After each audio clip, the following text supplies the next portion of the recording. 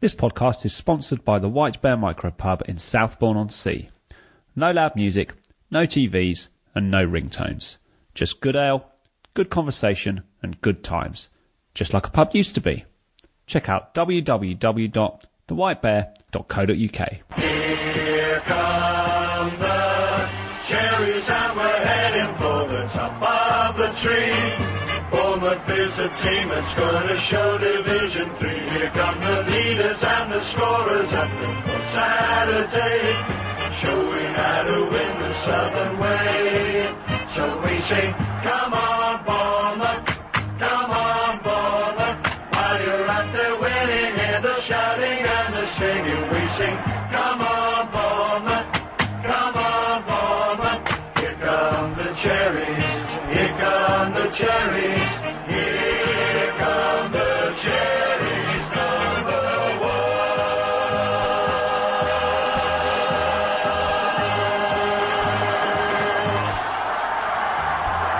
Hello and welcome to All Departments. Our sensational Cherries beat Norwich City 3-0 yesterday to record our first victory over the Canaries since 1959.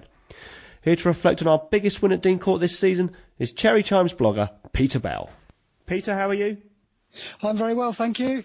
Nice to be back on All Departments. Yeah, great to have you back on the show. Now, I thought before yesterday's game that there was lots of ingredients for a decent mid-season encounter. We've got some history with Norwich, both ancient, I'm referring to the John Bond exodus back in the 70s, and recent, some of it's very recent. We've had some good battles with them in the last couple of years, and obviously we were both promoted out of the Championship last year. And of course, there were vital points on offer in the relegation battle as well, and luckily for us, it couldn't have worked out much better, could it? Yeah, it was a really fantastic day, and I was nervous before the match a little bit because Norwich always, well, I suppose last time they played us at the Vitality Stadium, they beat us, and I suppose Alex Neil hadn't been beaten by Eddie Howe, so yeah, it was a bit worrying, but and also the fact that they were above us in the table, we really needed to take points off them, really. So it could have been an edgy day, but it didn't work out that way. No, I was keen to see us turn Norwich over for some of the reasons you mentioned. Alex Neil always looks to me like the kind of manager, as if he's your club's manager, you'd absolutely love him.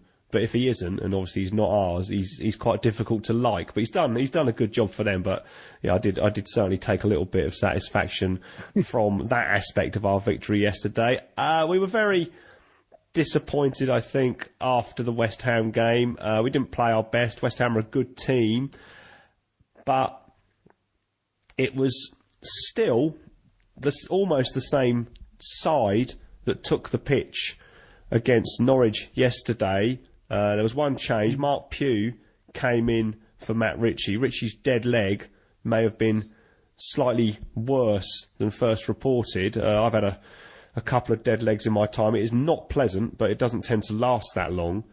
But anyway, Mark Pugh came in. He swapped sides with Junior Stanislas, so he was linking up as of old with Charlie Daniels, which worked quite well. Obviously, that meant Wanaturbe remained on the bench, doing some more visual learning about English football. I think we're going to see more of him as the season goes on, but I think he'll need time to settle in because of, well, the language I think is a big thing when there's so much information to come on. But of course, the most significant selection or non-selection yesterday was that of Lewis Grabban. I said on the last podcast with Damien that I thought there was a possibility that Grabs would start the game because he'd have extra motivation against Norwich and Alex Neil. In the end, he didn't appear because he was said to be ill. What did you think about that? Yeah, that was Mr. Tyndall, wasn't it? He said that in his team news before the game, and yeah, it took me by surprise because I was interviewing some Norwich fans at the time around the back and saying, what do you think if Lewis plays today? How do you feel about that and all the rest of it? And then they got their phones out and told me, well, not too much to worry because he isn't in your side. And so it got me by surprise as well. I thought he'd probably be on the bench. And, well, he didn't. I don't know if you saw the pictures with him. I saw watching Match of the Day. There he was. Tommy Elphick was sat next to him, and Tommy Elphick was buttoned up right to the chin, sort of trying to keep warm. And there was Lewis with a sort of a big coat on, but nice and open and looking full of full of energy, sort of thing. And I thought, I'm sure he shouldn't be looking that good if he's supposed to be ill, but I'm sure he enjoyed watching the game from the bench, and it's probably was a wise decision anyway, because I think it would have been too tasty with him on the pitch. There was too much opportunity for somebody to take a lump out of him and for him to retaliate. So I don't begrudge Eddie. If he wasn't ill, I don't begrudge Eddie Howe decided to keep him out of the picture. But if he was ill, then, fair enough, he's ill. So, it's good. We don't want him really near the team anyway if he's ill. So, There was some suggestion that he may have been suffering from a dose of gentleman's agreement-itis following the transfer, and to push it through before the West Ham game is kind of said. Obviously, they can't make this contractual with transfers, because once you've bought a player and he's registered with your club, that's it. You can play him against who you like. And I guess if that was the case, and we don't know if it was, and the club can't admit that, then well, Eddie could have reneged on that, but it wouldn't really have been the done thing. So yeah, I mean that game's out of the way now. It went well for us. I guess if we'd have got turned over yesterday and Phobia had had a nightmare, and people would say, well, where's Grabban? We paid $7 million for him. We should be playing him. If he sat in the stand watching with his, well, the way you described, sounded like he had his shirt open. So, he didn't play. And I remember Eddie leaving him out of what would have been his last game for us prior to his return on Tuesday against West Ham, against Millwall, because he had he played for them and had a bit of history with them, and I remember him scoring and running over to their fans when we played them in the Championship at Dean Court as well. So, like you say, he was probably best out of the firing line, and we'll see him no doubt playing soon. But it didn't affect us. We played very well, and it all worked out in the end. We really largely dominated from start to finish. I mean, it's probably slightly unfair on Norwich to say it with such certainty, but they weren't the best side we've seen at Dean Court this season, were they? No, I thought they were really quite off the pace, and I don't know how much that had to do with them playing Wednesday, whereas we played Tuesday. But I mean, they had Matt Jarvis came back into their team as well, and he hadn't played for 2.5 months. But I actually thought he was one of their better players. I did, yeah. Robbie Brady was quite energetic, I thought, on the wings, but I don't know, it just didn't seem like their forward, what's his, if I can say his name, Mbakani, or however you pronounce that. Yeah. He seemed very isolated, and I think Houghton was playing quite deeper than usual, in front of the back four, and they just didn't seem to be able to get on the front foot, really. I mean, our guys in midfield were swamping them all the time. Yeah, the midfield played really well yesterday, and in contrast to what happened against West Ham, it was very well structured, well organised performance, a kind of classic Bournemouth performance with a lot of the great servants we've had in those positions over the last few years, really doing a really good job, and ably supported by Dan Gosling, who has just gone from strength to strength this season, and he opened the scoring after 10 minutes. I kept reading last night that we've scored something like 7 goals in the first 15 minutes of matches this season. It's the most in the Premier League, and that was a good goal from our point of view. Just prior to scoring, in fact immediately prior to scoring, we had an almost identical move, and Arta played it out to, I think it was Mark Pugh. Pugh put the cross in, but it was cleared away, so the ball came back. It was a rehearsal. Yeah. The ball came back to Harry Arta, and he thought, right, well, that almost worked. Let's try it again. He played it to Charlie Daniels. As I said, Charlie and Mark Pugh are back in tandem. I think that was the first time since we lost 5-1 against Spurs they've played down the left-hand side together. They were just sort of short, simple passes, but Norwich gave us the space to play the ball around in those areas, didn't they? It was very strange. Yeah, they were well off, around the box. They were giving Pew especially. I mean, he had time before the goal went to change back onto his right foot and measure it almost, sort of thing. But it was in a way, it was an untypical goal for us, because while we do play a lot of passes around the box, how often do we get high cross? Unless Murray's on the field, I think the only other time I remember this season is when we scored against Everton with the Stanislas headers, but it's not typical for us, and yet I don't know whether it was a ploy or not, but it certainly worked. And Dan Gosling is so good at timing those runs, isn't he? Late into the box, and I just don't even think their centre backs were, really aware where he was, which seems strange when it only happened about 40 seconds earlier, where it almost fell to him.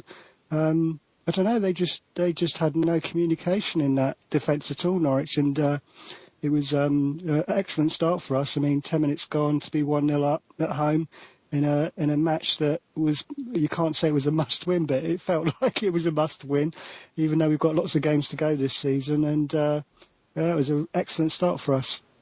Yeah, everything you said about the Norwich defence, I agree with. If I was a Norwich fan, I'd be absolutely furious about, and I'm sure Alex Neil was, about the way that they conceded that goal, because, as you said, Mark Pugh, I think it was Bassong, just gave him just far too much space to put it on his right foot. He just wasn't close enough to him, and even to try and block the cross, and Pugh was then able to put the ball in. Afobe was in the box. It was on the edge of the 6-yard box that him and Gosling and the Norwich defence was standing, and I don't know for sure, but I'd imagine that putting that ball in is a result of instructions along the lines of get it into Bennick and he'll get his head on it, or that's that kind of talk. Well, yeah, and then Afobe's presence, the only explanation that seems plausible for the Norwich defenders kind of standing there watching it happen, not getting anywhere near Gosling, not really jumping towards the ball. Although I should say it was a decent cross and it did land right on Dan Gosling's head, was they were distracted by Afobe, because, yeah, Gosling he just nipped in between the two of them. Like you said, he arrived slightly late, and he's not known for his heading, but he was virtually unchallenged, wasn't he? Yeah, he almost fell over. He was so surprised, I think, when he scored, wasn't he? He was like almost ran into the post. It was just like a gift.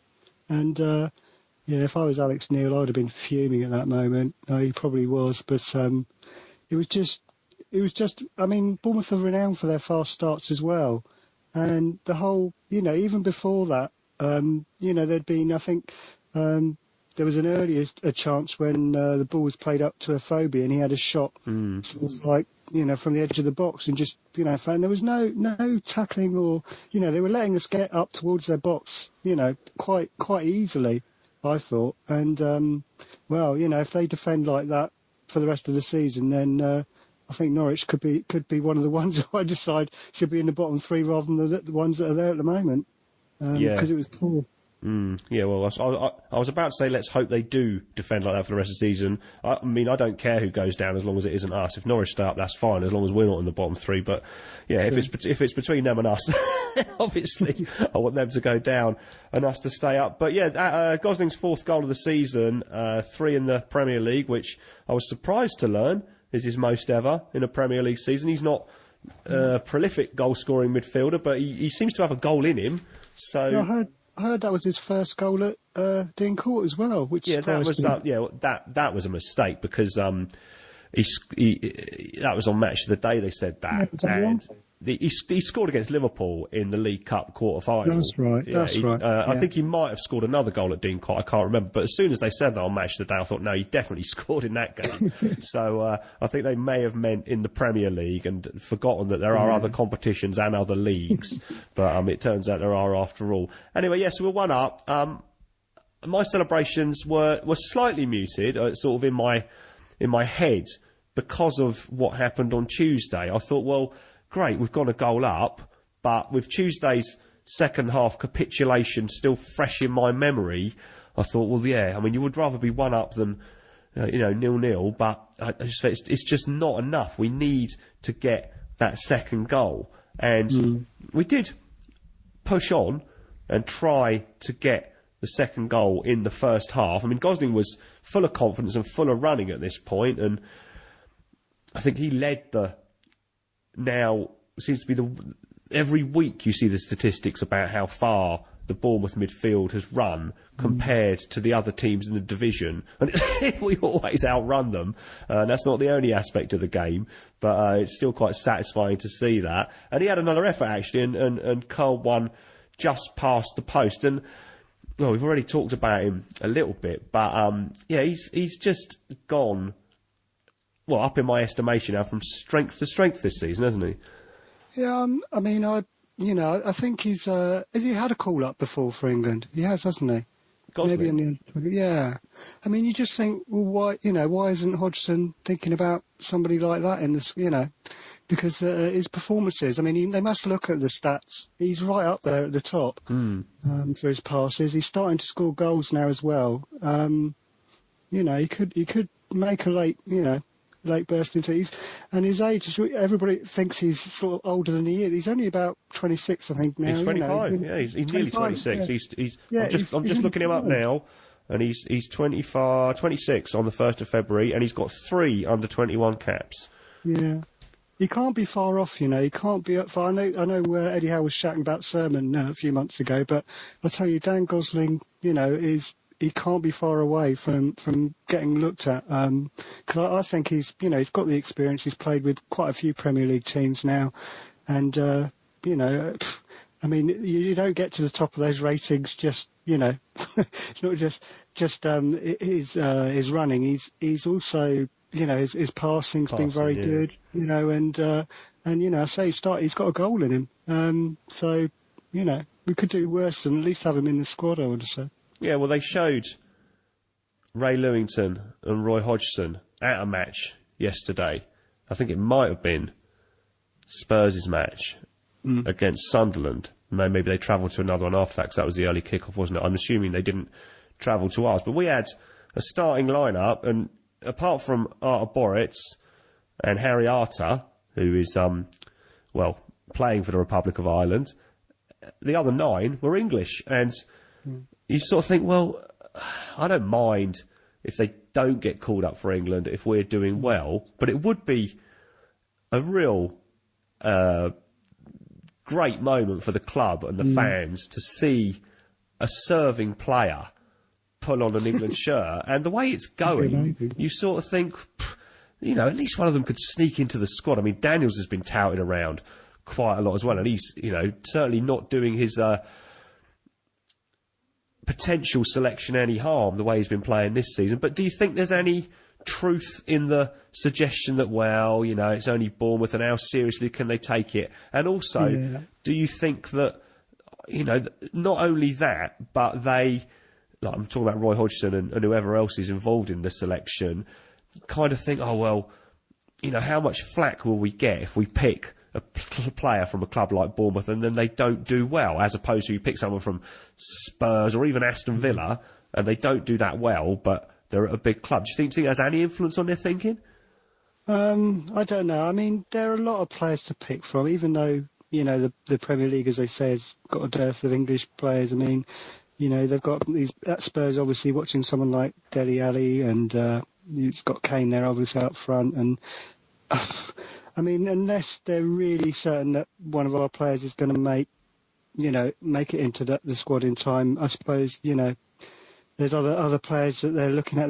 They always look at the regulars first, don't they? And we'll see how they're doing, performing. I mean, I even heard there was a mention of Jermaine Defoe being maybe going to be watched or whatever because he started to score again. So you never know what's in their mind, really. I'd hope that they're clever enough, not to think of, small club mentality. We can't pick somebody from Bournemouth just because, they've had that with West Brom as well. There was a couple of their players. They said, why aren't they coming? Peters was saying, why aren't you coming to watch us?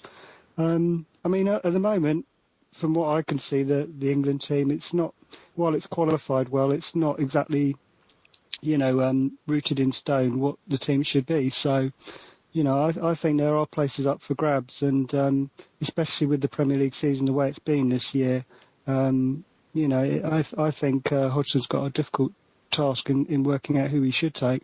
So, if our players can play well like any other, I don't see why, one or two of them aren't looked at. No, and if we stay in the division beyond this season, I guess the chance of one of them getting a call-up and getting a cap increases. And the longer we're in division, the longer that goes on. So, I guess it's one of the next achievements that the club can aim for. And even though it's an individual honour, certainly the first one for England, and we've got internationals in the team, but the first player who does kind of pull on that England shirt and run out in the, the full England team it'll feel like as much an achievement for the club as it will certainly for the player themselves. And that's I'm looking forward to that day. It should be coming, I reckon, sometime in the next season and a half if we can stay in the division. Anyway, we spoke about Charlie Daniels, and he began to feature quite heavily in the action from this point onwards. And he had from where we were sitting, which was quite a long way from the incident, up in the family stand at the far side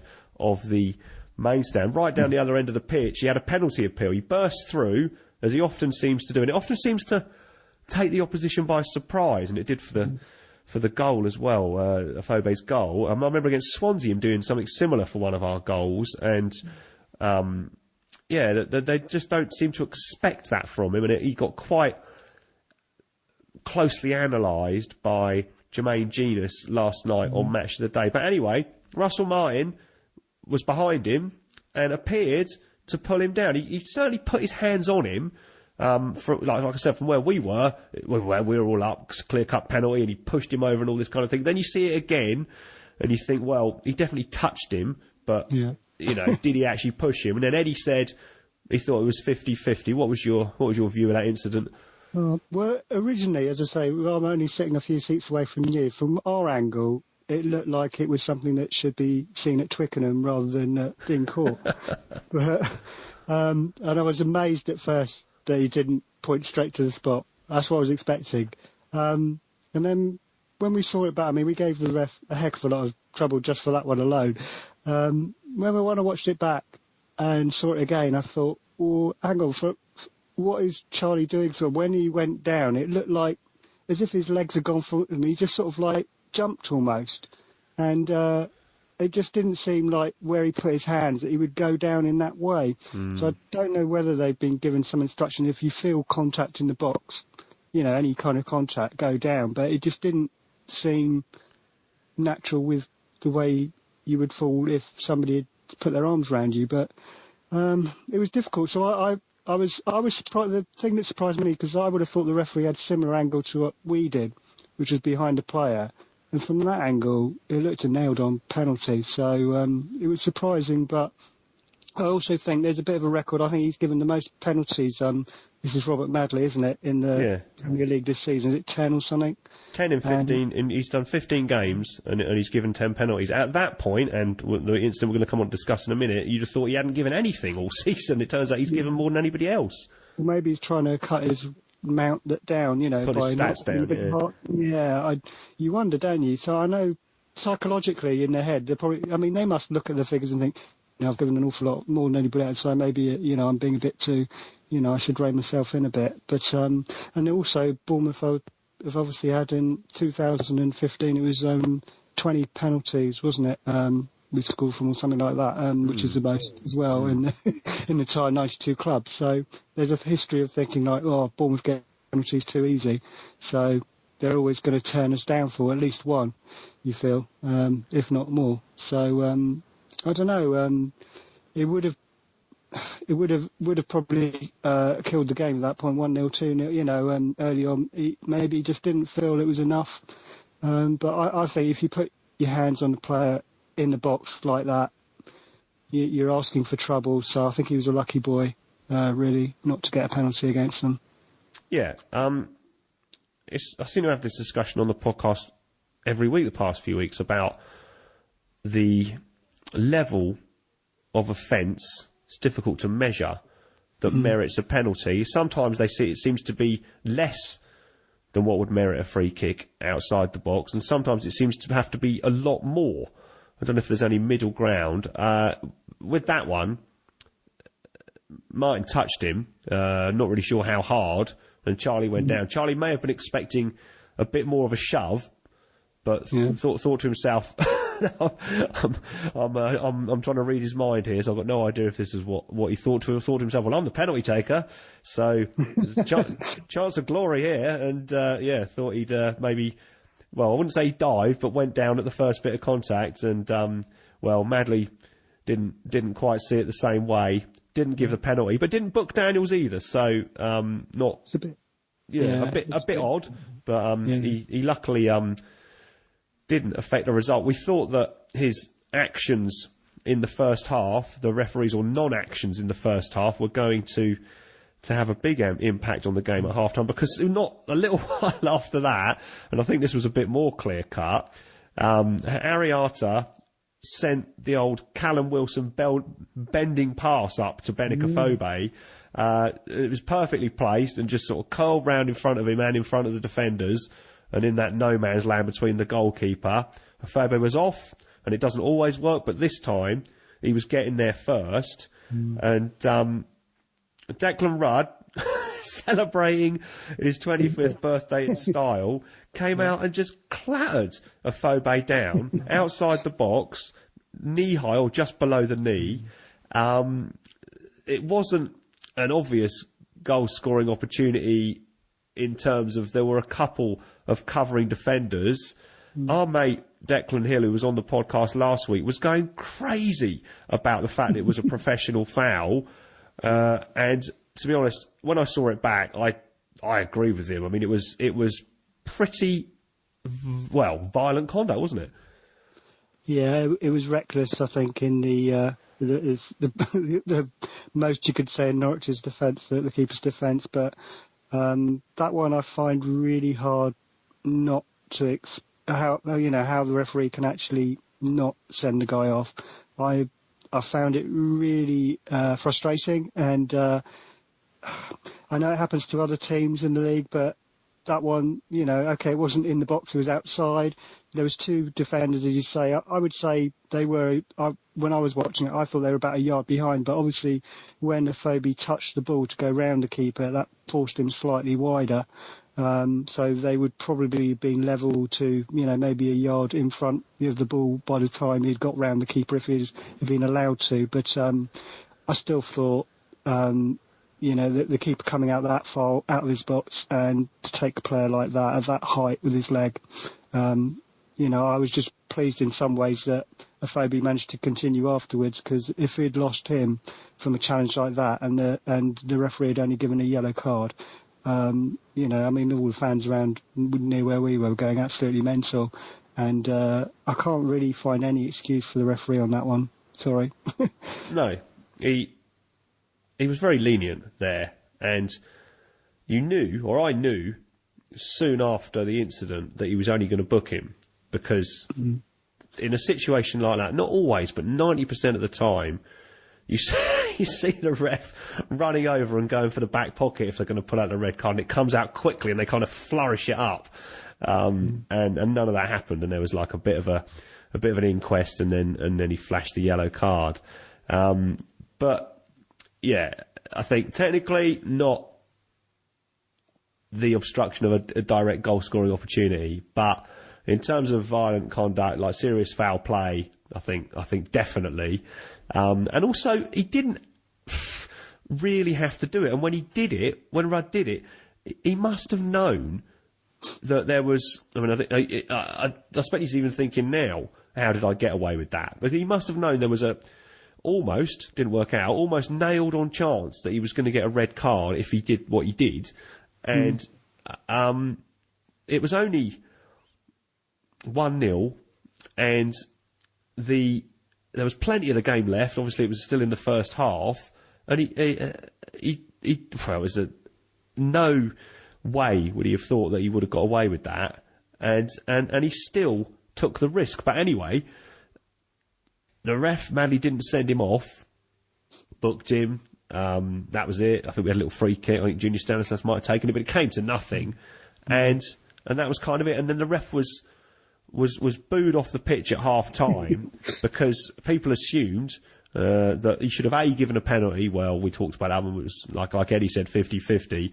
And B, sent their goalkeeper off, which, well, so as we are concurring that one was a straight red, and he did neither, and it didn't have an impact on the game. But I was certainly worried at the time that it was going to.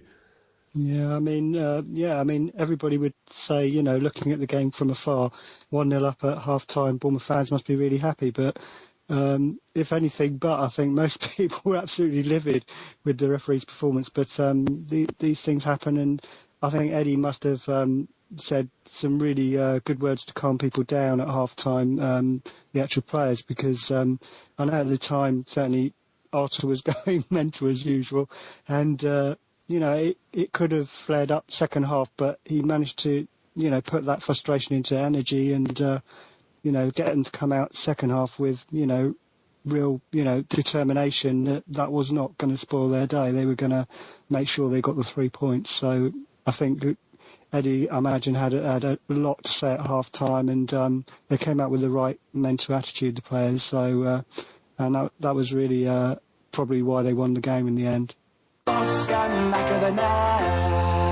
This podcast is sponsored by the White Bear Micropub in Southbourne-on-Sea. No loud music, no TVs, and no ringtones. Just good ale, good conversation, and good times. Just like a pub used to be. Check out www.thewhitebear.co.uk. So, you and I had a brief chat at half-time in the main stand, and I said, and I think you may have pretty much agreed, that we were expecting a bit more from Norwich in the second half, but it never really came. They had quite a bit of possession in both halves, and I remember them destroying us in September up at Carrow Road, one of our worst performances of the season. I like Wes Hoolahan. I think he's quite a dangerous player. He probably didn't have his best game yesterday, but he was very much at the heart of it when they did beat us earlier in the season. I think he may have handled the ball on the way in when they beat us at Dean Court about this time last year, which isn't necessarily isn't necessarily his greatest moment in football. As you said, their forward didn't have his best day either. I was actually surprised that Nathan Redmond, I was relieved as well, and Cameron Jerome weren't starting. And so we came out and we immediately piled the pressure on, didn't we? Yeah, it was a really good start. I mean, for the first goal before that, Adam Smith was the one who actually, before Pugh crossed or whatever, he was making a darting run that got the ball into the middle. And in the second half, Adam Smith again was doing a lot, coming inside, enjoying cutting inside, which I love to see him do.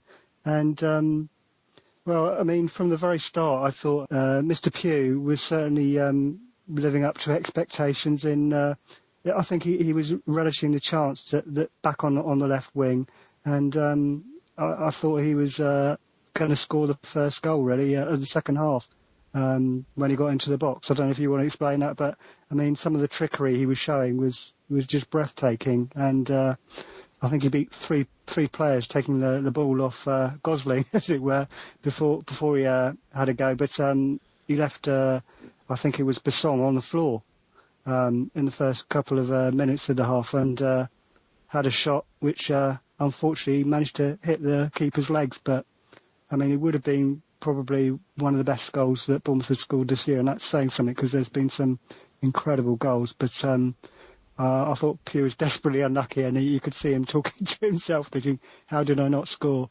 But that was a start, and I thought that would have been a great way to start the half off with that gone in, but it was not to be. No, he showed a very cool head in that situation. As you said, he beat Martin with a little turn, and then I think everybody, well, I certainly did. Everybody in the stadium, apart from Mark Pugh, expected him to pull the trigger then. But he went in. The Basson kind of just showed that he was going to dive in for the ball because he thought Pugh was going to shoot, and then Pugh just put it inside him and gave himself an even bigger gap to shoot into. But he didn't, unfortunately, make quite the connection, get quite the purchase on the ball that he would have liked with the shot. And it was, I was expecting the back of the net to bulge, but it went straight at Rudd, who was still on the pitch, as we know. And I remember thinking after that we could live to regret that. We needed that second goal. We didn't want a repeat of what happened against West Ham, although I think it's fair to say that Norwich were not in West Ham's class, certainly not on the showing of the two teams in the past week anyway. And, it was, well, I wouldn't say it was gilt-edged because Pugh did all the work and, like you say, showed tremendous amount of skill to get into that position, and certainly a calm head in that situation. And of course, it's worth just giving him a bit of praise at this point for his overall performance as well. I mean, I mentioned earlier I was combining with Charlie Daniels as of old, but also on Tuesday, as I think has been discussed quite a lot, it certainly was on the podcast that we did midweek,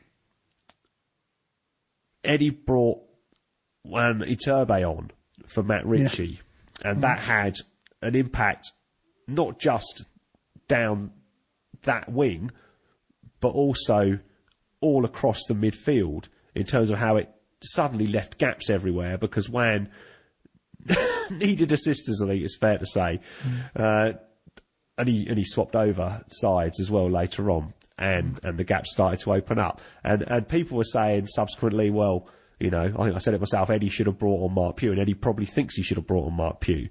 And, well, if he did think that, there's some proof in the fact that he selected Pugh ahead of Iturbe on Saturday. And Pugh was, I mean, if he played like that every week, I don't think he'd be out of the team. And he's been a brilliant player for us, and I'm always impressed with how he played. But, it was an excellent performance yesterday. And, of course, there's the old, tracking back thing. I remember at one point he sprinted down the pitch and must have run about 30 yards to put a tackle in. And I bet Eddie Howe turned around and said to Richard Hughes to translate to Juan Iturbe, that is what is required. And it was just another great performance from Mark Pugh, wasn't it? Yeah, I thought he was excellent. I mean, if it wasn't for what Charlie Daniels did a bit later on, I think that Pugh would have edged the man of the match. But because he also was involved with something else a bit later on as well, but not so much his fault, more a Norwich mistake. But Pugh had one of those games where you just think, this guy is just incredible from what he's done since he's come to the club.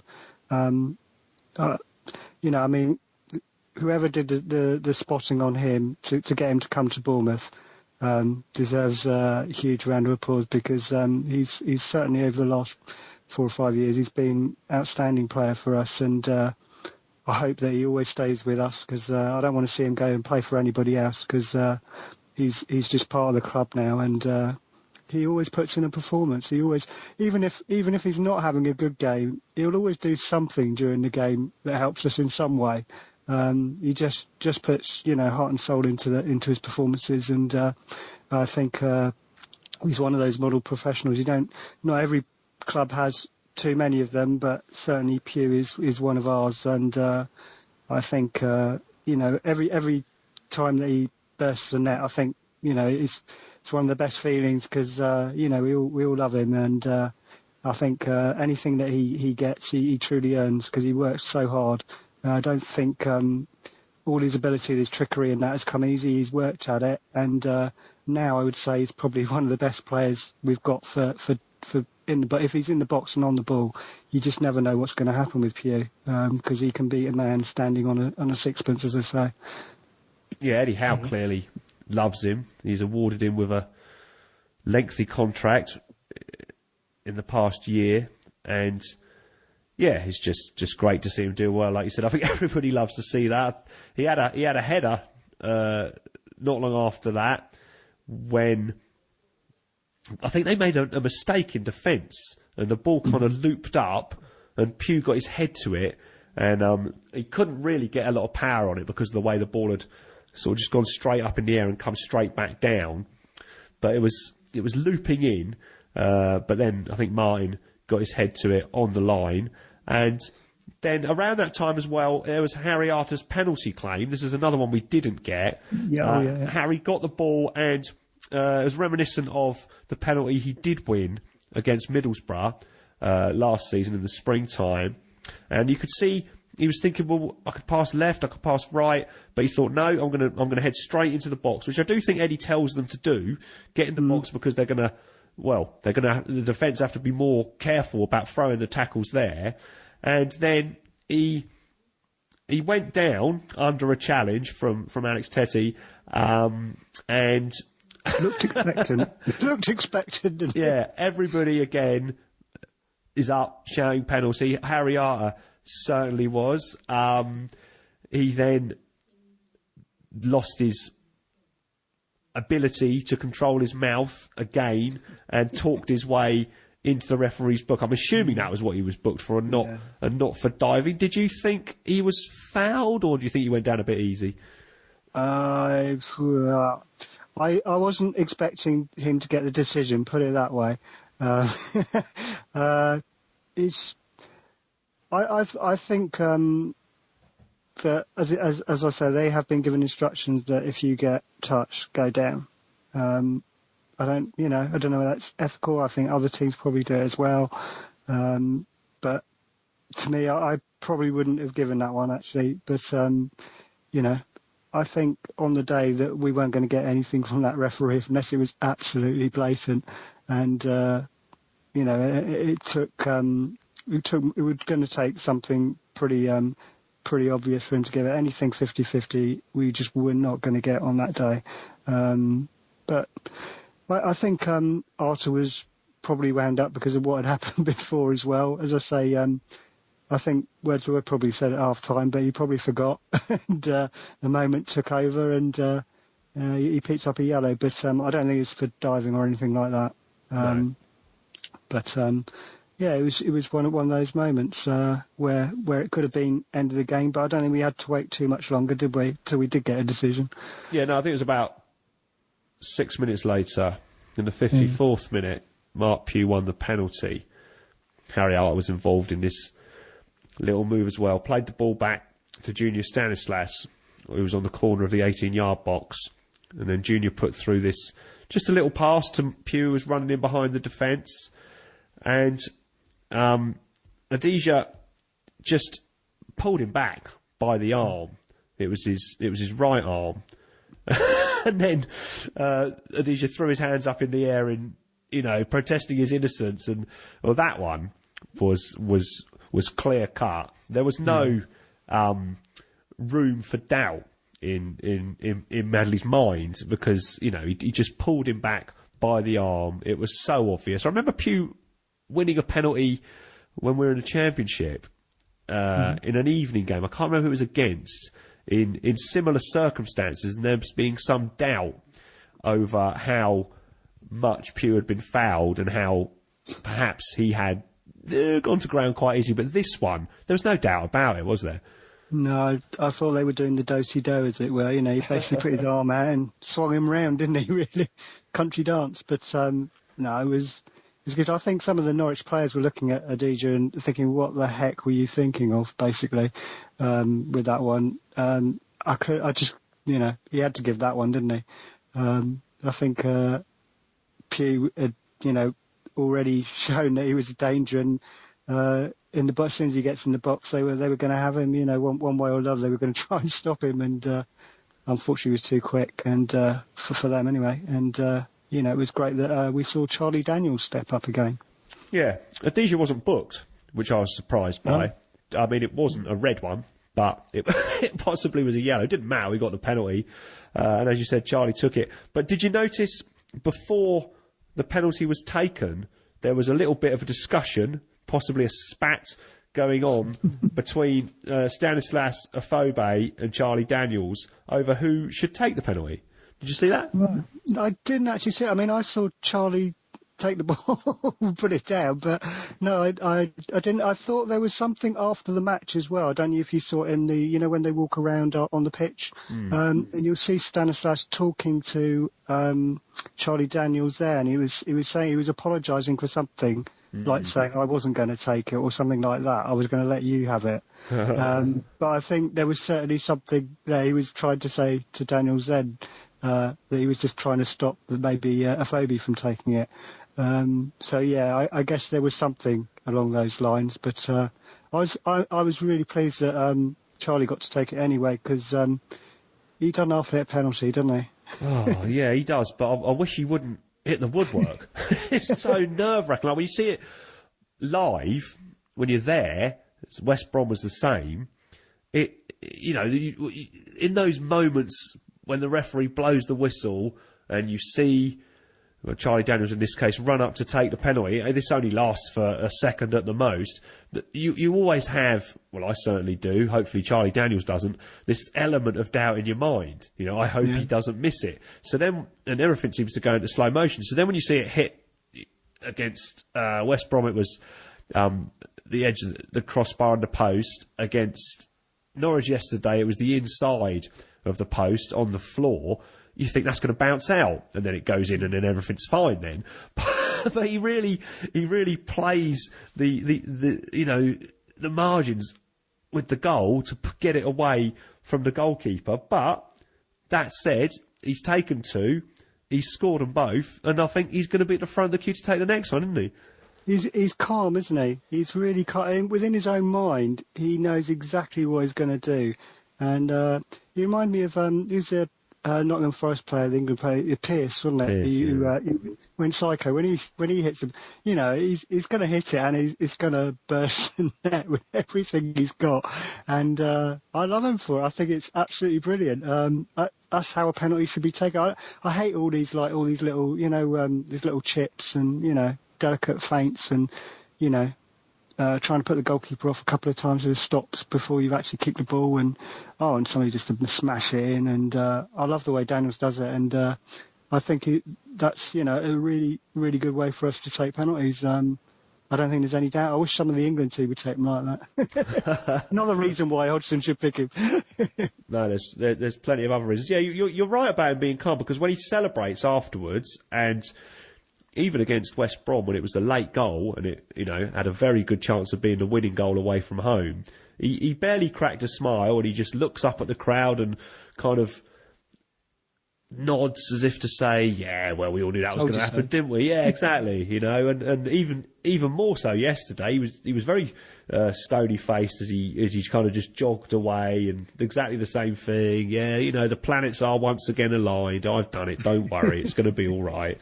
And yeah, there we are. We're 2-0 up, and certainly think we deserve to be 2-0 up at that point. Alex Neil then immediately threw on Nathan Redmond and Cameron Jerome. And I don't really know how they've been playing this season. I was surprised when I saw them come out to warm up as subs as opposed to starting the game. But it made no difference. We had some more chances. There was a corner that Steve Cook got in front of Bennett for, got his head to it. He scored against Norwich in that game. We lost 3-1 late in the game. He was unmarked. He was picked up for this one, and Junior Stanislas took the corner. Cook came to the near post, got in front of Bennett, got his head to the ball, and Rudd saved it. That was a good save, but when I saw it, I thought maybe that one was hitting the post. Yeah, maybe. I don't remember that one too well, but I remember that Cook came up for one, and I think that we haven't seen as many. It's surprising while Charlie Daniels is scoring goals. Some of our defenders haven't really had that much opportunity to score headed goals this season. Cookie is one who has. He did at Norwich at their place actually, didn't he? But I think it's just one of those things. But certainly he's got a goal in him now and again, Cookie, and he'll keep trying, I think, and at some point he'll do it. And unfortunately, some of the, while Rudd has been rightly sort of disliked for his foul against Afobe in the first half, when he took an awful lot of boos through the whole game. Yeah, I'd have to say he wasn't a bad keeper. He's one of the better keepers that I've seen, actually. And I thought he played fairly well. But I don't think he had the most of help from his defenders for most of the game. So I think for him to keep the score down as low as he did was a lot of it was due to him. So well done him. But I think, as I say, Cook will always come forward and try and get on the score sheet now and again, and at some point he will. Yeah, defenders scoring is a bonus. Defenders keeping clean sheets, and goalkeepers, of course, is their main job. And we've kept a few recently, and none better than yesterday, even though we were not exactly under the cosh. But they did have a chance to get a foothold back in the game when Harry Arter helped, didn't he? Yeah, I think he temporarily, like, having watched it back a few times, forgot which way he was playing, because he didn't look to be playing the ball. He was in the centre circle, wasn't he? And he made a very sort of casual and, as it turned out, risky pass back into our half of the pitch, where if he was going towards the Norwich goal, that pass would have been one that would have, potentially left Afobe or somebody to run onto it. But the other direction, it was far too risky, and Bakani, Cookie just couldn't. The ball just bounced in front of Cook, and he got his foot to it, but he was really stretching, and Mbakani was right on him, and it went up and hit Mbakani in the chest, and then he was in. But luckily for us, the ball was still bouncing, and Charlie Daniels was arriving from across the pitch, kind of running in the diagonal, and Mbakani could have knocked it to his left to buy him a bit more space, and then, maybe shot from there. But he decided, which I'm sure he regrets now, to try and lob Boretz. And it just all went wrong. He just didn't connect with it properly, and it just kind of weakly looped up and wide. A little bit embarrassing, I'd imagine, for Mbakani. But, well, if they'd have scored then, despite their lack of punch throughout the game, it could have turned out to be a bit of a different afternoon for us, couldn't it? Well, yeah, 2-1, and it would have, all of a sudden, the old pressure thing would have, they'd say 2-1's a dangerous score, don't they? Or 2-0's a dangerous score, sorry, and then, if it had gone 2-1, who knows? There was enough time left as well. There was still, I don't know, I think the subs were made after about 70 minutes, something like that. So there was certainly time. Luckily, it was Mbakani and not Aguero who was on the pitch at that over like a Man City player, because they would have scored it. But they haven't got that quality up front, and no doubt Alex Neil's going to have to go into the market this January and get a striker, because they haven't got that quality up front. Yeah, I think their pursuit of Naismith has dragged on, and they wanted him in the team, and I think they probably wanted him in the team by the time we played this game, and well, he hasn't got Lewis Grabban to go to anymore, and so I mean, I'm not really too bothered what they do, but we got away with that one. I was surprised Mbakani didn't back himself for a bit of pace, have another touch, and try and out sprint, because he had a bit of a start on Daniels, and Cook was obviously on the ground at this point, but he didn't. He went for the spectacular, and it went spectacularly wrong. We could say Boric did a bit to put him off. He came out. He had a good match, actually, Mr. Boric. So don't forget that as well. He's always bigger than you think as well. I'm sure when he's hurtling out towards you. Yeah, he's not featured in our chat so far. Mentioned the fact that we kept a clean sheet again, and it's probably good that we're not talking about him. He didn't have a lot to do yesterday, but then again, he didn't have any talking points that were negative either. I can't see us going into the market and getting a keeper to replace him. And I think Federici is a very sound backup overall to have on the bench. And at the moment, I think that's the way it's going to stay. Obviously, we've got Allsop waiting in the wings. He was looking like he might feature in the team a bit more at one point when the two of them were injured, but ever since that wobble, Boris I think looks down it's as a man.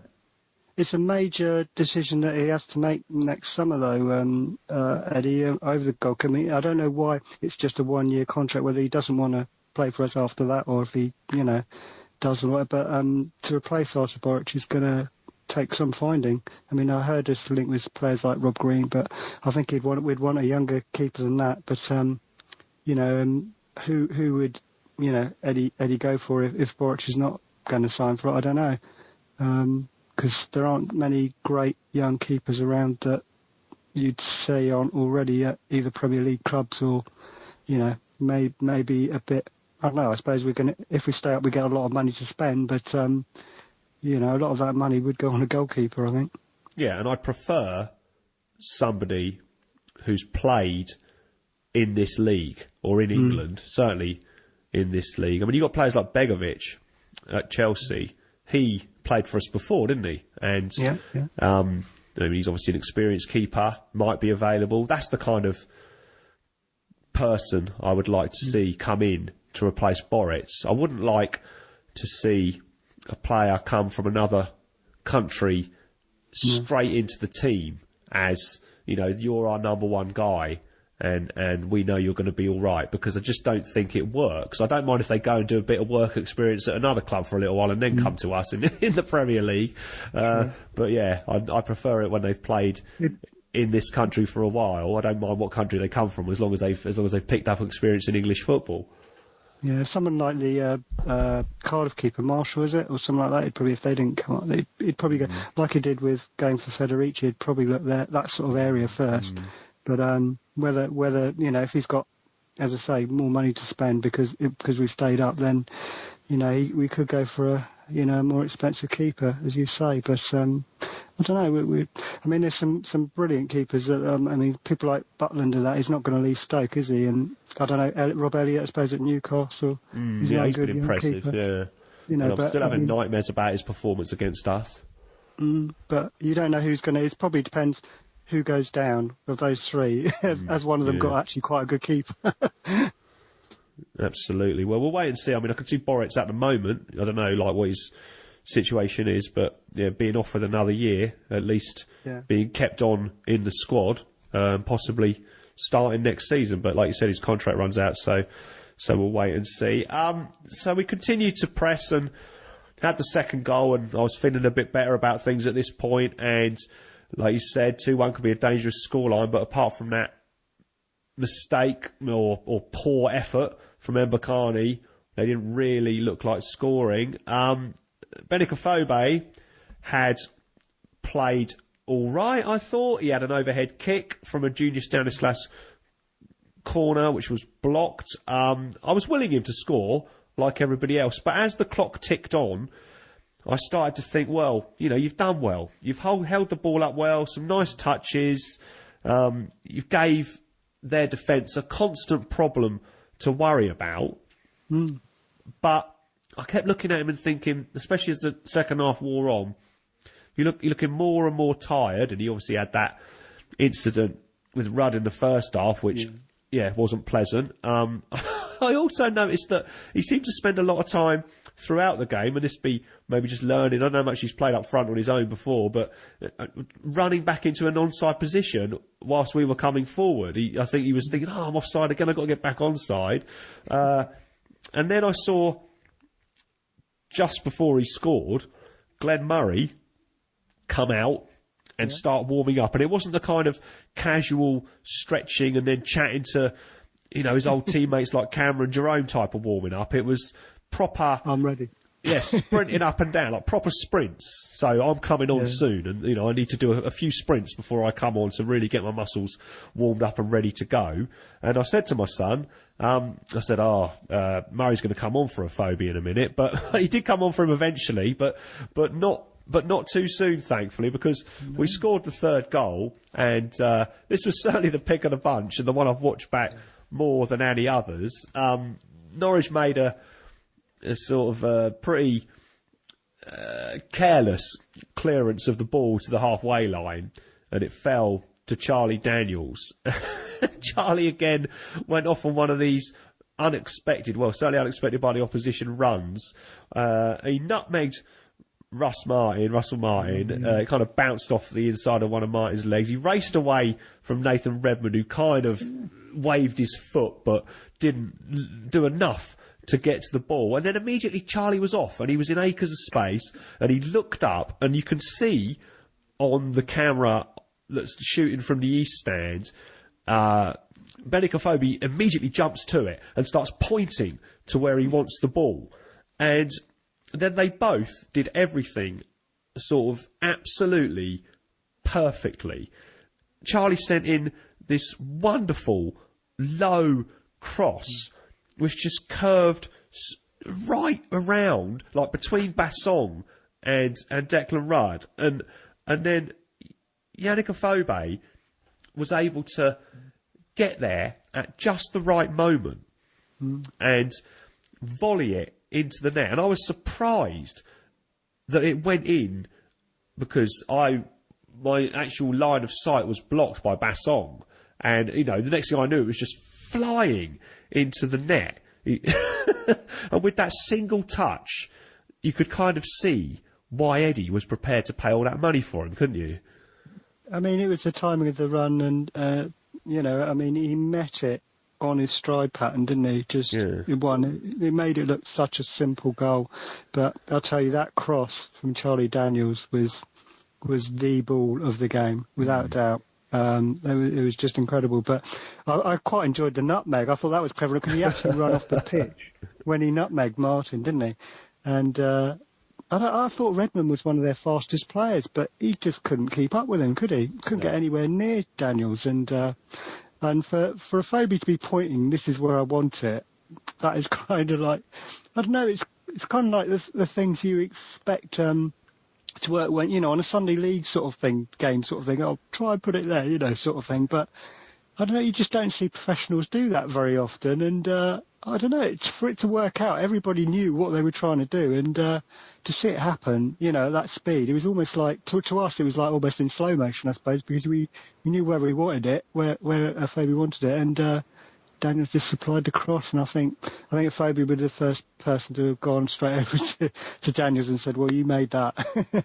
And did you see his celebration, Benik, as well? I mean, it was something else as well, wasn't it? I mean, he looked up to the heavens, did a bit of a cross, and I don't know, he was just like, I mean, the East Stand saw most of it, but he was really celebrating, and I suppose you saw Eddie Howe as well, was punching the air like mad, wasn't he? Yeah, I think Eddie had great satisfaction from that one. I think that was obviously, from an emotional point of view, for Afobe and for Howe, you know, a really important goal, because it's only his second game, big transfer fee, coming into the Premier League, and you want to get off the mark as a striker, especially with a big fee, as soon as possible. And he missed a header against West Ham, had a bad touch on another chance when he was virtually clean through. So I guess he didn't want to go too many games without scoring a goal. And not only was it a goal in his second game to open his account for us, but also, you know, it was a really decent goal. And I mean, rightly so, we've praised Charlie Daniels' run and cross, so it couldn't have really been any better. Afobe only touched the ball once in that move, and it was obviously the decisive touch. But I'm not going to name the players, but I'm sure everybody listening can think of one or two players that we've had play up front that are still in the squad who would have missed that. They wouldn't have got that connection. The ball, they would have been too late, or they would have been too early, or they would have blazed it over the bar somehow. It just wouldn't have gone in. Yeah. And you know, it was all right. Considering Afobe hadn't had many touches, I mean, they were saying on the stats that he'd had by far the fewest touches of all the Bournemouth players all game, even though he had held the ball up well when he had got the chance to get it. He had been fairly isolated, and so yeah, all credit to him, you know, because if you get one chance a game and you've got to stick it away, you know, he's done the business. So let's hope he keeps doing that as well. And he was saying in his interview that he never feels the pressure. He loves, he just enjoys playing football like when he was a little kid. So he says all the right things. So, it's really refreshing, and hopefully that, we're going to have, loads of strikers to pick from at the moment. I can't wait for, a few more of them, for King to get ready again, and for Graben to be available. It's going to be quite exciting second half of the season. Yeah, sounds like Gradle was on his way back. He tweeted that he'd be back in a month. I think I saw that tweet today. So yeah, it's looking like this. Well, I mean, obviously players can get injured at the drop of a hat, as we found out this season. You'd like to think, I don't want to tempt fate, that we've used up most of our bad luck already in terms of injuries and so forth. So when if we're seeing players like Gradle come back in, if he's getting back in the team, we don't know. I mean, the way things are going at the moment, it's not going to be easy, but they'll be like new signings as well. So yeah, lots to look forward to. And yeah, I think Eddie, as you said, was delighted as well, because it just topped off the entire day, Afobe scoring. Everything is now looking really bright going forward into certainly the game we've got coming up against Sunderland. And yeah, it couldn't have gone any better. Just a couple of things at the end of the game. Eddie took Harry Arter off then for Union O'Kane. I think that's totally the right move. Harry's on 5 yellow cards now, I believe. You need 10 in the Premier League to get banned. He's got another 5 games at least. Yeah, we're only halfway through the season. Yeah, exactly. and then Afobe did go off eventually about the 80th minute for Glenn Murray. But then, I wouldn't say it was the low point of the day. Perhaps the one that was potentially bringing a tear to one's eye was the late cameo by Jan Kermagon. Eddie brought him on for Dan Gosling, and immediately we had the old Jan Kermagon song, which I think everybody was keen to join in with, not just to show their thanks to Jan for everything he's done, but also because it's the last time we get to, potentially, I think it might be the last time we get to sing that song. And it's a great one to sing, because it just usually keeps going and going and going. And yes, looks like he's going to go. He's been connected with clubs. Eddie Howe and all managers don't tend to make sentimental substitutions, but 3-0 up in the 92nd minute, you think, well, it's going to be all right to bring him on. And we can't really thank him enough, can we, for what he's done for us in the 2 years he's been at the club? No, he scored some great goals, some really important goals as well, to help us get up, and some spectacular ones as well. He will be missed if he does go, certainly. And Eddie, I don't think the comments that Eddie made in the week, were very different to what he had said before the January window, like, nobody's going. It's like, and he changed his mind last week. He said something like, if somebody wants to go, then I'm not going to stop them, which was, a very different change of attitude, which kind of gave me the feeling, and quite a few others, I'm sure, that maybe Jan is the guy who's going to leave. But we'll wait and see, because you never know until anything's signed, and we don't know, and what might and what might not be. I've heard some his house might have been up for sale for quite a while as well, so I don't know where I heard that from, but whether that's true or not. But we'll see. Yeah, well, he's I believe the fee was 400,000 from Charlton. He was only there for a couple of years. They absolutely loved him as well, and I think it wasn't just the way that he played. I think he was always very much.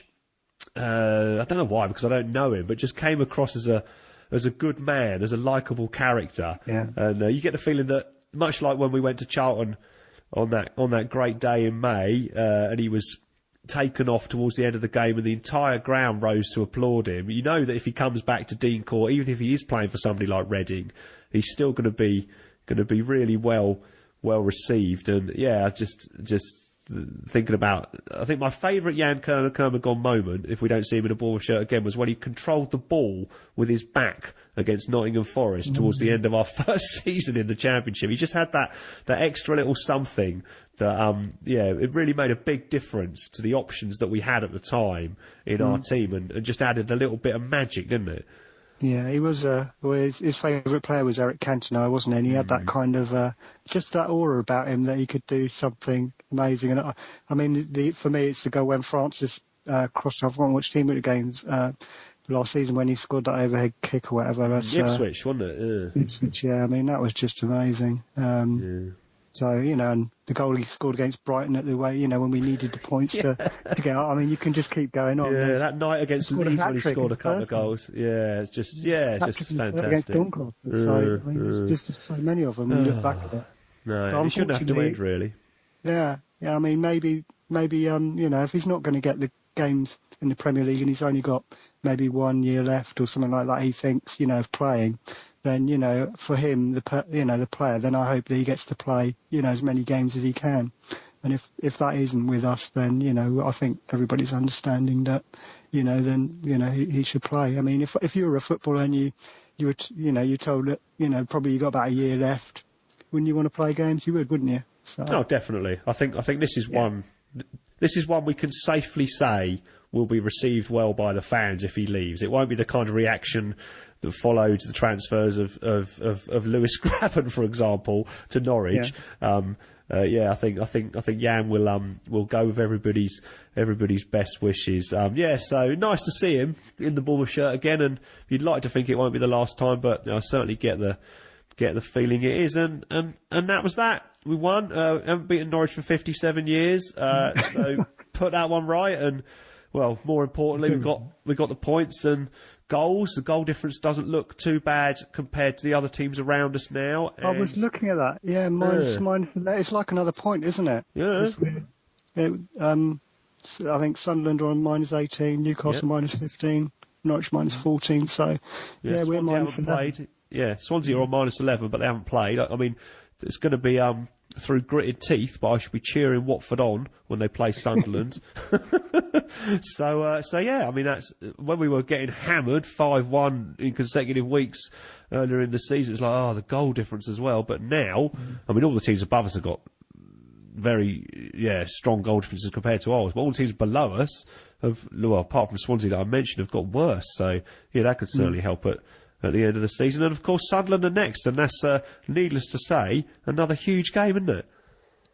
Absolutely massive a game, but I think that the players will enter it with in good spirits now.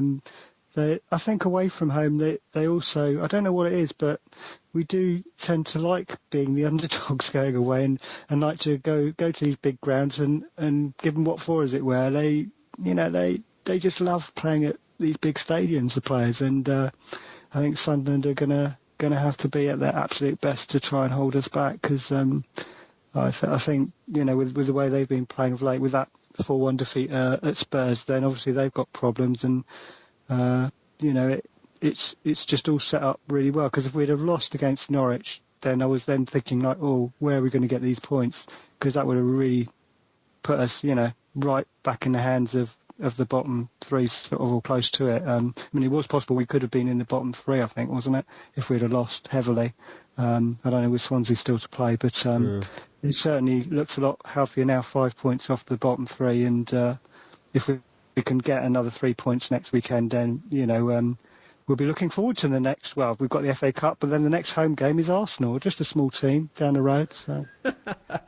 Yeah, well, we owe them. I mean, they looked good, but I think they blow hot and cold, don't they? I mean, just days before I wouldn't say they gave us a lesson, but they were certainly the better team against us. Just days before that, they lost to our old friend Southampton.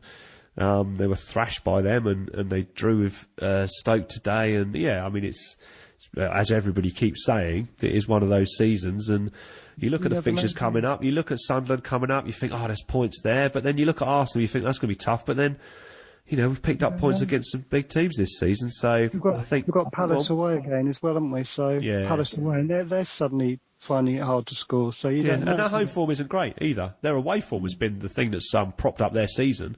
Their home form isn't the best. So we are full of confidence. We're not going to win every game to the end of the season, but I think going into every game now, I probably look at every game on the fixture list now and think there's potential. There's potential for points. It might only be 1 point, but we could pick something up, and well, as long as we keep ticking over like we are. I mean, if we were to get 1 point against Swansea, I had a look through the calendar and I thought, well, 5 points a month from New Year will keep us up. We got 3 yesterday. Obviously, we can't get 5 this month now. 4, that's okay, because we can make that up, get 6 in another month, hopefully. 3 will be, we'll be on 27 points then with loads of games left. So I guess we have to wait and see what happens. But yeah, it's been a while now, a good couple of months since I've felt that kind of despondency that did seem to go on for quite a long time through the autumn following the injuries. And everything to look forward to. Anyway, before I let you go, Pete, just a quick word on how the blog's been going this year. The thing I really wanted to ask you about was the impact of being the Premier League on your life as a Bournemouth blogger on Cherry Chimes. Has it made the experience any different this year, or is it just like being in the Championship? I've had a lot more requests, from people that are probably in the media world, like the Nationals and people just after information a lot of the time that I probably wouldn't have heard so much of in the Championship. Everybody wants to know about Bournemouth, and sometimes I get the feeling that Bournemouth is the only Premier League team actually at all in the world, because the calls do come a lot more frequently, but you can only do so much, and sometimes if anything you have to turn some things down saying I'm actually busy. But when you get people like 5 Live or whatever ringing up saying, do you want to speak to Ian Wright tomorrow morning or something like that, it kind of like shocks you sort of to think this is what the club has done, and it's always a privilege if you get the chance to speak to anybody like that. And I think that really in terms of the blog, that it's very, very as normal, as in the fact that while the numbers are high, you always get the same peaks. That, I mean, now is a busy time in January. I'm sure you're finding out. Everybody wants to know about transfers and who's coming to the club and who's going and that. And it was the same at the start of the season in July. Always a big month before the start of the season. But during the course of the season, I was a little bit surprised that the Christmas period wasn't as busy as it normally is, even despite us beating teams like Chelsea and Man United. But as we were getting towards the new year, January, as I say, it's really picked up again. So I think a lot of people are very interested to know who we were going to buy more than anything else. And in the second part of the season, we'll see. But a lot of the time, it's the clubs that you don't expect to get a lot of visits to the site, which do come on. When we played West Brom, I had quite a lot of people having a look. Maybe they didn't get to play us very often. I think we played them last year once in the League Cup, doesn't it? So it depends how often I think we've sometimes played teams as to whether they come and have a look on the site or not.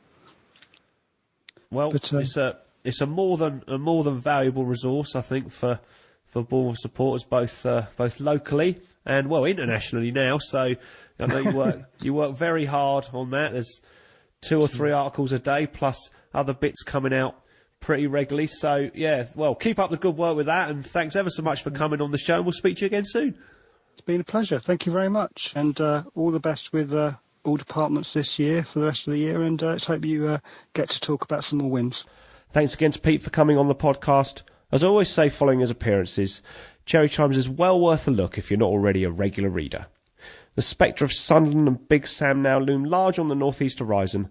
Let's hope we can return from the far corner with more than our fair share of the points. So up the cherries in all departments, and goodbye. The White Bear Micropub on Southbourne Grove is a proud supporter of AFC Bournemouth and sponsor of all departments. Head to the Bear for real ales, locally produced food, and plenty of good conversations about the cherries. Check out www.thewhitebear.co.uk.